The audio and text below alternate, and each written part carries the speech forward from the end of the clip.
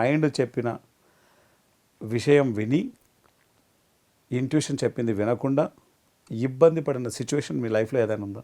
అది ఈ సందర్భంగా చాలా ఇంపార్టెంట్ షేర్ చేయడానికి. 2017లో PMC pyramid meditation channel sir స్థాపించారు. అయినప్పుడు ధ్యాన్మా చక్రంలో స్టేజ్లో సార్ అనౌన్స్ చేస్తున్నారు. అనౌన్స్ చేసేటప్పుడు అలీఖ్యా అని నన్ను అన్నారు. నా మైండ్ అది ఫిట్ అవ్వలే. My heart is saying I should go, వెళ్ళాలి, అది వెళ్ళాలి అని. బట్ నేను వెళ్ళలే. ఏది కడతాల్ ధ్యాన మహాచక్రంలో యాక్చువల్గా తెలుగు మీటింగ్ జరుగుతోంది.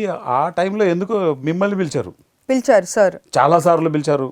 నేను వెళ్ళలే. నేను స్టేజ్ వెనకాలే ఉన్నా, బట్ నేను వెళ్ళలే. ఎందుకు వెళ్ళలే? లాజిక్ మైండ్, దానికి ఏం లేదు ఇంకా ఎక్స్ప్లెనేషన్. నా లాజిక్ మైండ్ ఎందుకు వెళ్ళాలి, ఊరికి పిలుస్తున్నారేమో, బై మిస్టేక్ పిలుస్తున్నారేమో, ఏదేదో ఊహించుకుంది ఆ మైండ్. వెళ్ళలేదు నేను. నాకు నా ఇంట్యూషన్ చెప్తోంది నేను వెళ్ళాలి, నా ఇన్నర్ కాలింగ్ ఏం చెప్తుంది వెళ్ళాలి అని, బట్ నేను వెళ్ళలే. అట్లాగే అది నెక్స్ట్ టైం సార్ పిఎంసి చెయ్యాలి, పిఎంసి గురించి పని చేయాలి అని చెప్పినప్పుడు సార్ చెప్తుంది కరెక్ట్, నా సోల్ కూడా చెప్తుంది అదే చెయ్యాలి అని.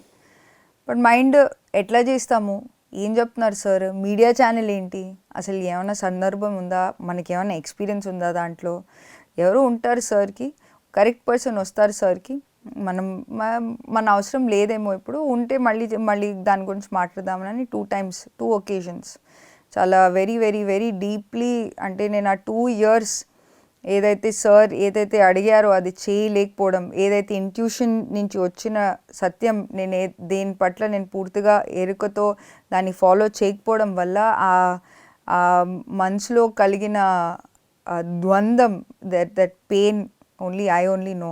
బికాస్ మీకు తెలిసినప్పుడు మీకు చేయకపోయినప్పుడు అది మహాపాపం. మీరు చెప్పింది ఇంట్యూషన్ ఫాలో చేయకపోవడం వల్ల, ఆ లాజిక్ మైండ్ ఫాలో చేస్తున్న వల్ల ఆ 2 years ఎప్పుడైతే సార్ పిఎంసిని ఇంపార్టెన్స్ ఎంతైతే ఇచ్చారో అది అర్థం చేసుకోలేకపోయాను నేను. So that is a very very very big ఇది.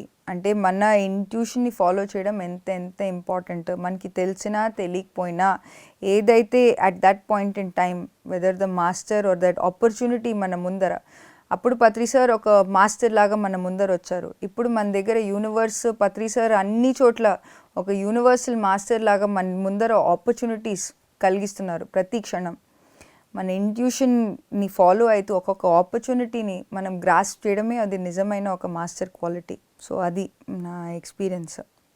వా, పాజిటివ్ విషయాలు చెప్పడానికి అందరూ హ్యాపీగా ఫీల్ అవుతారు.